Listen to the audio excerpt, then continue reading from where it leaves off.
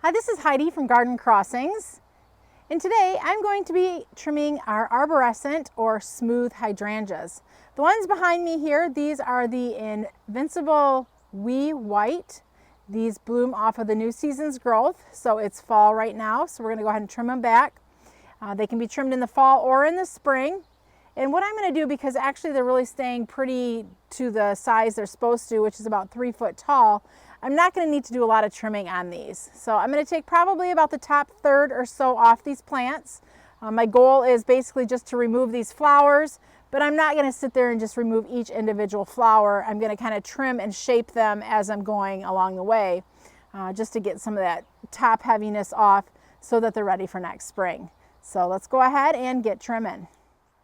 So I'm going to go ahead and use my Corona snips to get these trimmed back. I'm going to trim them back by about a third.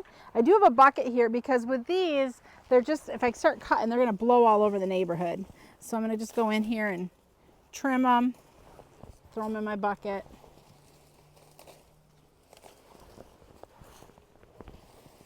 Kind of what I do is I grab like a handful when I trim. That way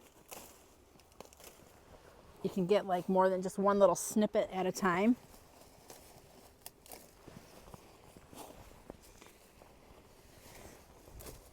And I can see that as nice as this bucket felt in my head, that it'd be really cool to use. I'm going to be emptying it all the time, so.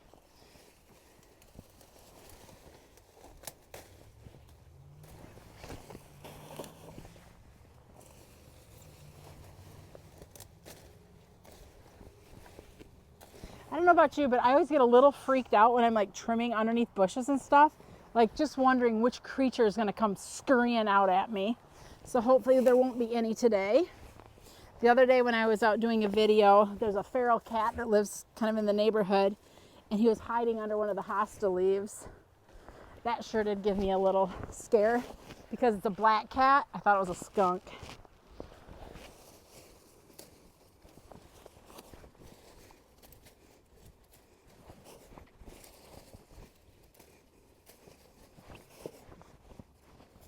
So I do love these Corona snips. They're really sharp and they work good.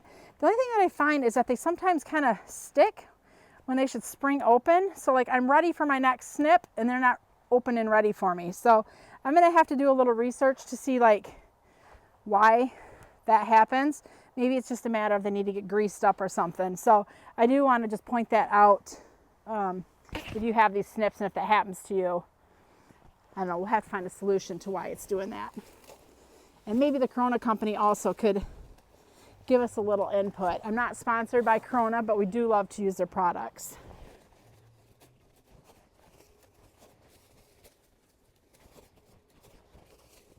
So this is a grouping here of actually 3 of the wee white hydrangeas. And you can see pretty much I have the one all trimmed up here. So you can see the comparison from what they were to what they currently are. And I think that's probably about all the shorter I'm going to cut them. So I'm just really taking the tops off. So I'm going to go dump this and we'll start on the next one.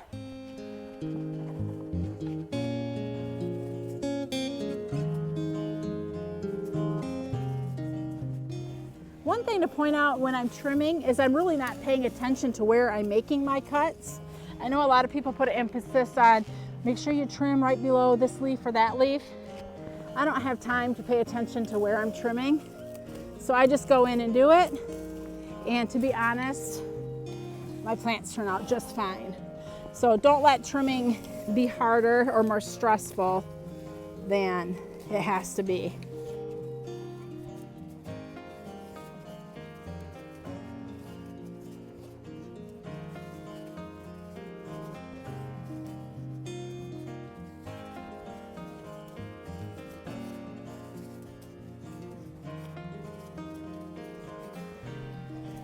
So when I get done, we'll see how even they are from one plant to the next.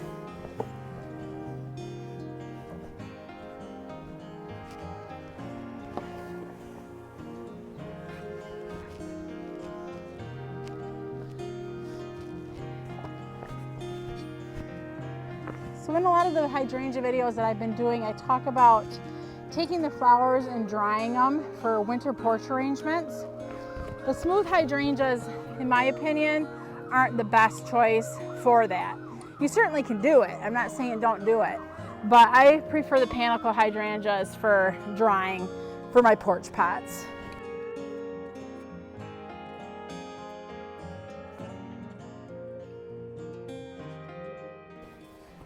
So trimming on your smooth hydrangeas or arborescent hydrangeas, this can be done in the spring or in the fall, but because of our busyness in the spring, we don't have a lot of time to get out here and do it. So I prefer to do all my garden cleanup in the fall, and I really don't have a problem with that.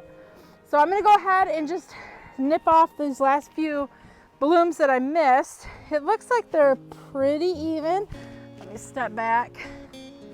Yeah, not too bad.